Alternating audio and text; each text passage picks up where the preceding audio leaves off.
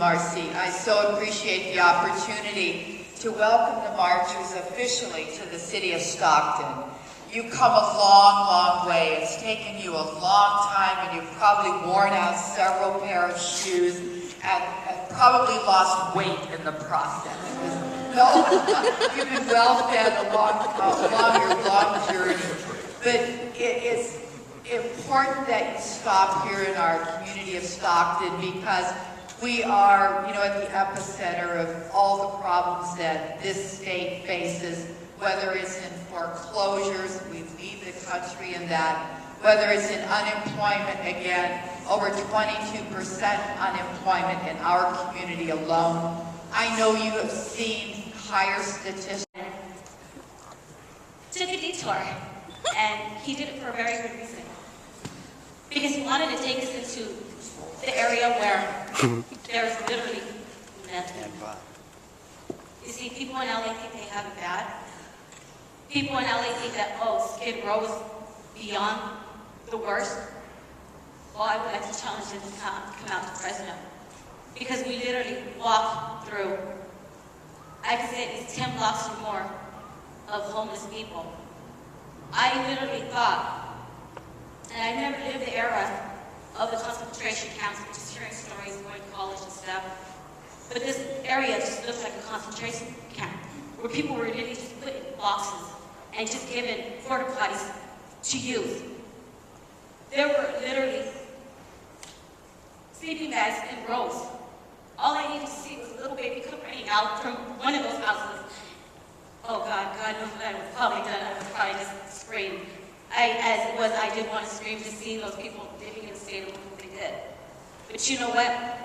Even though they were living in those states, their dignity wasn't taken from them, because we marched through that little city and people clapped.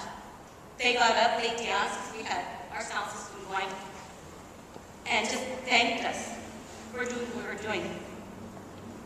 And that's not all of it. Getting further into the city, like I mentioned earlier, I grew up in down Central Valley in Foster homes, and I never imagined the Central Valley to be like this. My last memory was never like this.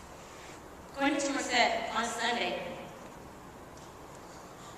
wondering where the families were. There was no families in the parks having birthday parties, no barbecues, no stores open, nobody shopping. And I thought to myself, why? Why is there not anybody out here in these little towns? And then looking closely, why? Because there's a sign on the retail store that says for sale. Are open Monday through Friday from 8 o'clock to about 3. Now that's sad. Going through a lot of the little cities there, we've seen a lot of homes foreclosed. We've seen people living on the side of their homes that are foreclosed. And it's heartbreaking. And what really got me the most is Atwater was the last place I resided in a foster home. And I got the opportunity to go visit my foster home, but unfortunately I got the bad news that my foster mom passed away. And it's a year that she's been deceased now.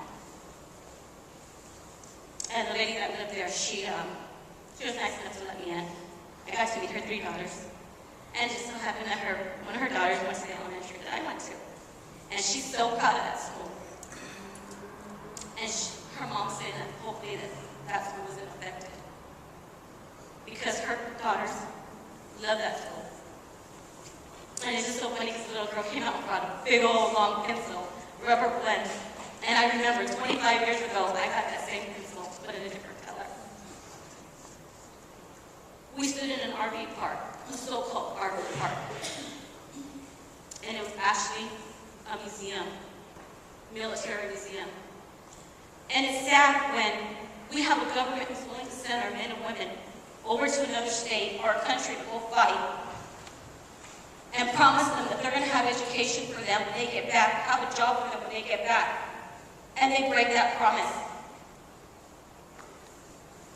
We've seen so many missiles just laying around That's billions of dollars that could go into education, to public services. Just sitting there, literally rusting away, getting cobwebs. It makes you wonder where our government has their priorities. Are they more concerned with other countries than they are with Californians that are bringing in that revenue, that's working for that dollar, working for their family?